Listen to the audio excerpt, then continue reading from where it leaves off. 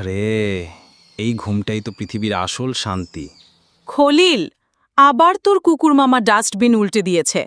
পুরো উঠান কাঁচা পচা। আপা, ও কুকুর না, ও ডাস্ট ইন্সপেক্টর মামা। ও কাজ করে ঘ্রাণ শক্তি দিয়ে। আধুনিক কুকুর, বুঝো কিছু?